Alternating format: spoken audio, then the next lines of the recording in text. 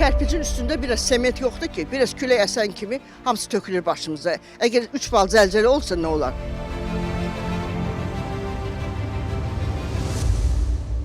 Suraxanı rayonu Qaraçuxur qəsəbəsi Əhməd Mehbalıyev küçəsində güclü külək nəticəsində Darvaz MMC MTK-nın yeni tikilən binasından kərpic daşları qoparaq yaxınlıqda yerləşən evin üzərinə düşüb. Nəticədə evin dam örtüyü zərər görüb. Bununla bağlı sakinlər redaksiyamıza müraciət ediblər. Vətəndaşların sözlərinə görə binanın tikintisində işləyən işçilərdən biri onların həyətinə düşən kərpicləri yığmağa gəlib və bu zaman onun üzərinə də kərpic qırıntıları düşüb. Onlar bildirirlər ki, bənzər hadisə aprel ayında da yaşanıb. Aprel ayında bir dəfə oldu, töküldü, şifiri dəyişdilər, pəncərəni hələ də qoymayıblar. İndi ikinci dəfə yenə bugün səhər-səhər. Yaxşı ki, həyətdə adam olmur. Xunada oturub çay içirdik, səsə ayıldı, qonşular da səsə gəldilər. 3 ilə yaxındır biz belə əziyyət çəkirik, rahatlığımız yoxdur. 3 ailə yaşayırdıq biz, hamımız elə bir pərəm-pərəm didərgin düşmüşük. 8 ay elə bir ki, kirayə pulu verdilər, ondan sonra kəsildi. Gəldim, görürəm ki, binaya daş düşüb. Belə bir şey, hadisə insan olsaydı necə olardı? Biz tərəfdə də narazıçılıqlar çoxdur. Gecə işləyirlər səhərə qədər. Sakinlərin narazılıqlarına səbəb olan vəziyyətə aydınlıq gətirmək məqsədi ilə Darvaz MMC MTK-ya üz tutduq. Şirkətin səlahiyyətli nümayəndəsi bildirdi ki, baş vermiş hadisə ilə bağlı müvafiq təhlükəsizlik tədbirləri görüləcək. Dərmiş yanıb bərpa eləyəcək. Ona problem yoxdur. Müvafiq briqada dəvət eləmişəm. Elə eləyəcək ki, bu fəlakətin qarşısı alınsın. Təşkilatsız işlərini də həyata keçirəcək. Həmçinin bildirildi ki, iş səhər saat 8-də başlayır və günün ikinci yarısı saat 5-də tam yekunlaşır. Baş verən hadisə ilə bağlı Suraxanı rayon icra hakimiyyəti ilə əlaqə saxladıq. Bildirildi ki, qeyd olunan şikayətlə bağlı vətəndaş tərəfindən icra hakimiyyətinə müraciət daxil olmayıb. Əraziyə baxış keçiriləcək.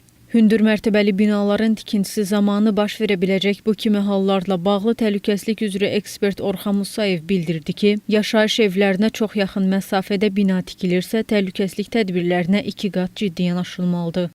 Tikintinin fasad hissəsində aparılan bütün işlər zamanı kərpic, sement, beton və digər materiallar möhkəm şəkildə bərkidilməlidir. Bu materialların külək, yağış və hər hansısa bir təsir nəticəsində qopub aşağı düşməsi yol verilməzdir. Bunun qarşısını almaq üçün qoruyucu torlar çəkilməli, fasad təhlükəsiz vəziyyətə gətirilməlidir. Bu torlar sadəcə formal xarakter daşımamalıdır, real təhlükəni qarşılayacaq şəkildə quraşdırılmalı və təmin olunmalıdır. Eyni zamanda tikinti ərazisi mütləq hasarlanmalıdır. Xəbərdar edici nişanlar, lövhələr quraşdırılmalıdır, gediş-gəliş üçün təhlükəsiz keçidlər yaradılmalıdır. Tikinti ərazisinin nəzarətsiz qalması, insanların sərbəst şəkildə ora yaxınlaşması artıq ciddi risk yaradır. Xüsusilə küləkli hava şəraitində təhlükəsizlik məsələləri daha da ön plana çıxır. Ekspert vurğulayır ki, tikinti işini aparan şirkət yalnız binanın özünə yox, ətraf mühitə də cavabdehdir. Yəni binanın yanındakı evlər, küçədə avtomobillər, oradan keçən insanlar hamısı tikinti aparan tərəfin məsuliyyət zonasına daxildir. Əgər hansısa bir təhlükəsizlik tədbiri görülməsə, bu artıq səhlənkarlıqdır. Hüquqşünasın sözlərinə görə bina tikən şirkətlər ətrafda təhlükəsizliyi təmin etməyə borcludular.